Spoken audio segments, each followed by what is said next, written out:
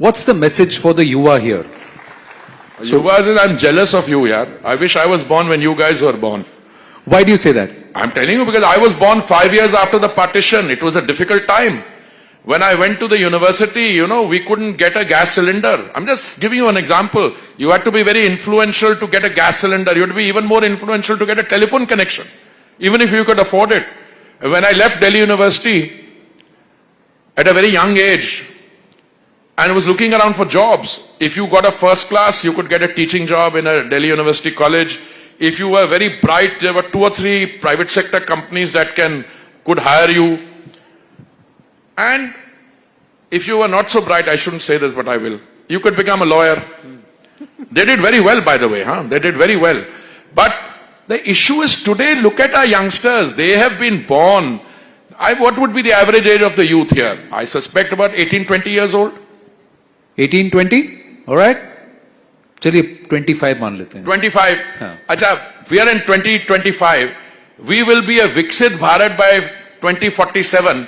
That if you're 25 now, when you're 47 years old, you will be part of a developed country with an economy of the size of $30 trillion, 35 trillion, 40 trillion, I don't know. So, when I say that I'm envious that you have been born now, I mean it in a positive way. You should be very proud of the fact that you're born in a country which has a demographic plus, which is a country which is firing on all cylinders. The economy is growing at 6.5% at a time when the world economy is facing headwinds. I mean, the major economies in the world, I am not going to go into what the chances of a recession are as a result of X, Y, or Z. I'm not getting into it. But look at them. We will overcome these challenges. We will go from a 4 trillion to a 7 to a $10 trillion economy. So as I said, if you are their age, the employment opportunities, there are challenges, all right. Yeah. Because today, artificial intelligence and all these other technological breakthroughs, they are producing a new kind. So skilling also will be required because, you have one part of the population, basic skilling is required. Then you have another one which is very high skilling. I was talking to some of your invitees outside. Mind-boggling what these startups are doing in Silicon Valley and other places. Mind-boggling stuff.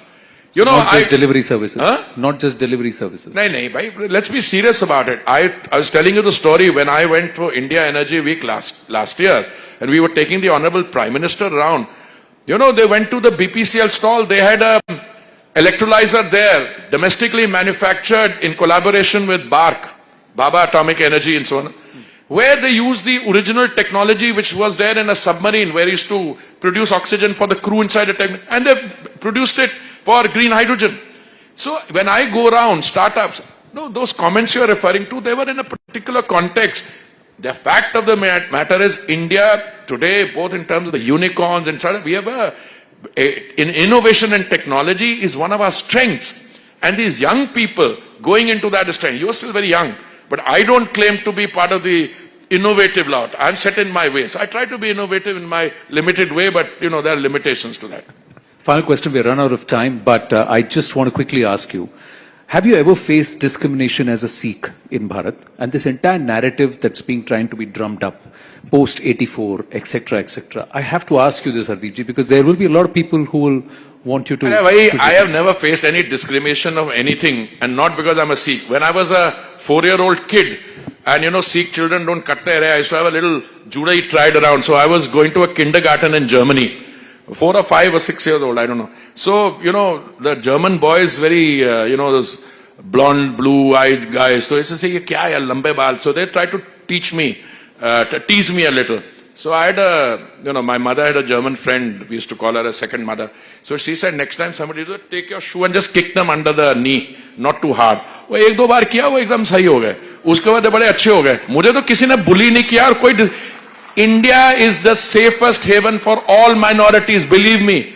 And the Sikhs who say, अरे भाई तुम्हें Canada में या कहीं और जाकर settle करना है, अपनी कहानी कुछ और बनाओ. Not because you are being discriminated or persecuted here. Pure BS. Sikhs have, look, we are a small percentage of the population. कितने यार अभी 1.4% है हमारी population. Our contribution to the armed forces 20%. Our contribution to anything. When I joined the foreign service, we had 5 Sikhs in my batch here. I mean, not all wearing turban, but most of them wearing turban. So their Sikhs have never faced discrimination anywhere. ये जो appeasement politics के minorities को यार discrimination हो गई, ये हो गई, अरे अपना देखो अभी क्या बेवकूफी के स्टैंड ले रहे हैं रिसेंट लेजिस्लेशन पे. अरे I must say all minorities, India is the safest haven. Ladies and gentlemen, Shri Hardeep Puri. Hope you enjoy the session. Hardeep ji, thank you so much. I think we can be a little more warmer and louder with a round of applause. Thank you very, very much. Thank you, sir. Thank you so much. Thank you so much.